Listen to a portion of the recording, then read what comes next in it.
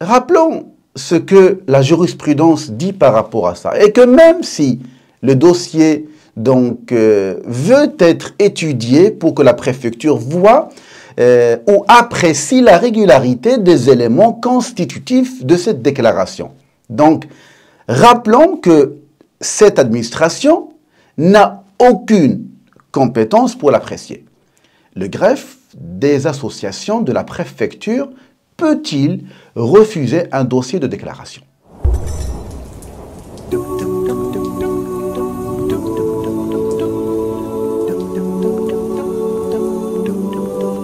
By his command, he sends the angels down to send salam as they fill up the earth. And on this night is when the journey began, and through Jibreel Allah sent down the verse.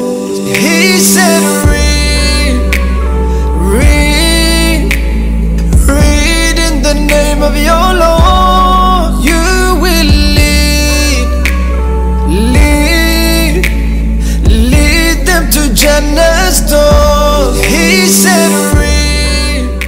Assalamu alaikum, bonjour. En espérant que vous allez bien, on va continuer encore cette série avec laquelle on a commencé. Et on s'est arrêté la dernière fois sur la définition de ce que c'est le travail dissimulé. Et on s'est arrêté sur les 4 cas qui peuvent être caractérisés en tant que travail dissimulé. Et on a mentionné la notion de l'association de fait, qui veut dire une association non déclarée, qui est légale, mais qui ne peut être opportun pour la gestion d'une école privée hors contrat. On avait vu donc l'inconvénient et quels sont bien sûr les avantages de ce type d'association. Donc, on en a conclu que on ne peut effectivement user et utiliser une association de fait pour pouvoir gérer donc une école privée hors contrat. Le deuxième type d'association, et c'est celui-là qui me paraît donc, et je suppose que pour vous aussi, la situation la plus adéquate pour la gestion d'une école privée hors contrat, c'est l'association déclarée. Alors, effectivement, et certainement, contrairement au cas précédent, c'est-à-dire de l'association de fait, l'association déclarée peut ouvrir un compte bancaire. Elle peut engager un salarié. Elle peut disposer d'un local destiné à l'administration, ou bien effectivement pour y enseigner. Ici, on parle d'une école privée hors contrat. Elle peut aussi agir en justice, par exemple, lorsqu'elle estime avoir subi un préjudice. Mais attention, comme elle peut agir en justice, réciproquement, elle peut être assignée en justice aussi. Et ce type d'association peut aussi recevoir des dons, des subventions de l'État, des régions, des collectivités locales, etc. Elle peut percevoir des cotisations de ses membres, recevoir des dons, chose que la société ne peut pas effectivement donc recevoir. Donc, c'est l'une ou les grandes différences qu'il y a avec l'association de fait ou, rappelons-le, non déclarée. Une question qui se pose, est-ce que le numéro sirène est obligatoire pour les associations? La réponse est non, sauf dans le cas où il faut que l'association recrute un salarié.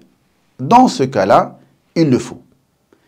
Et là maintenant, vous voyez le pont que je fais entre cette déclaration et le recrutement d'un salarié. Qui dit recrutement dit numéro sirène. Qui dit numéro sirène dit déclaration de l'association.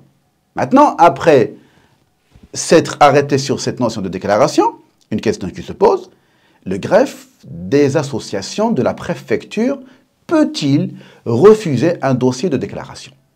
Et là, il faut effectivement connaître ses droits pour pouvoir les défendre.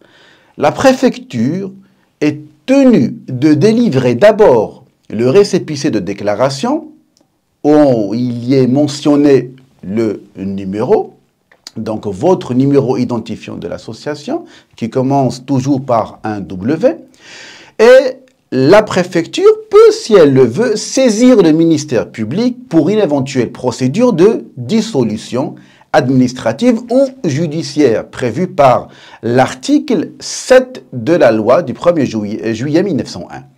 La préfecture ne peut donc en aucun cas refuser une déclaration que si le dossier est incomplet. Mais s'il est incomplet pour l'une des raisons suivantes. 1. Il y a un exemplaire des statuts qui manque. 2. Un exemplaire des statuts non signé par au moins 2 personnes en charge de l'administration de l'association. Et enfin, la liste des dirigeants qui est manquante. Donc, la préfecture ne peut pas user d'un droit qui ne lui est pas octroyé.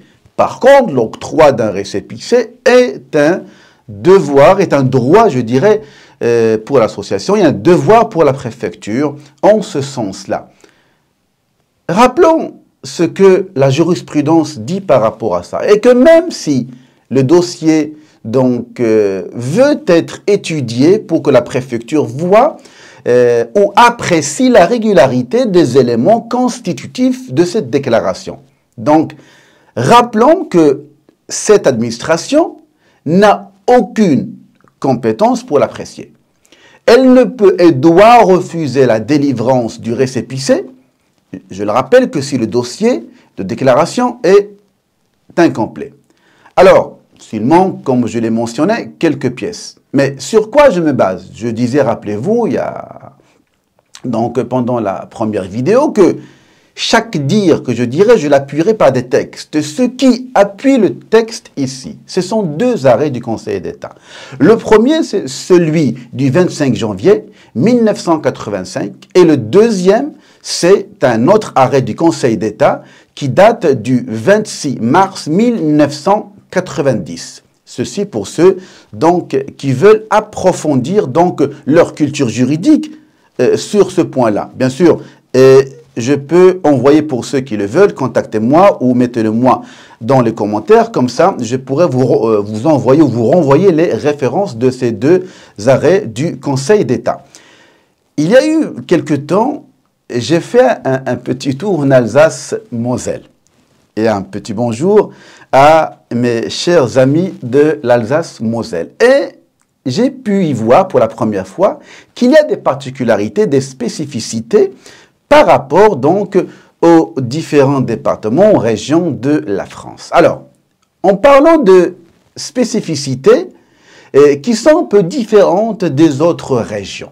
Alors, par rapport à ce que je viens de citer, les associations qui sont déclarées en Alsace-Moselle ont longtemps fait l'exception à cette règle puisque l'administration, en l'occurrence la préfecture, pouvait s'opposer à l'enregistrement de leur création, comme je l'explique, alors que les autres, non, elles ne pouvaient pas le faire.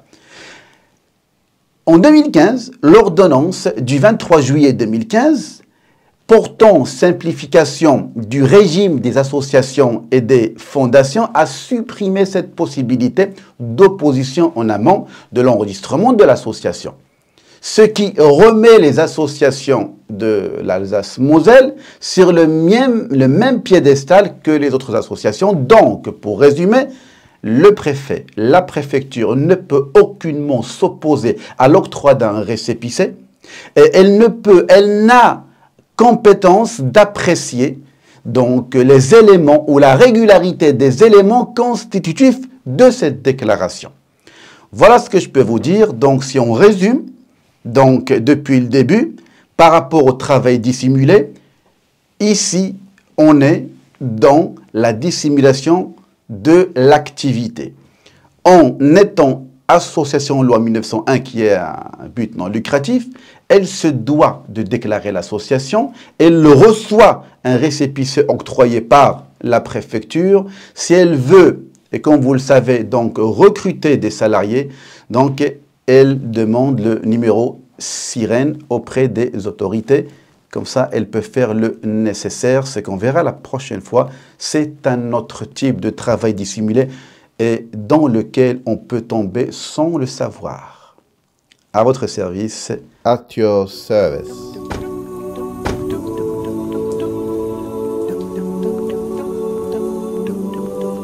By his command, he sends the angels down to send salam as they fill up the earth.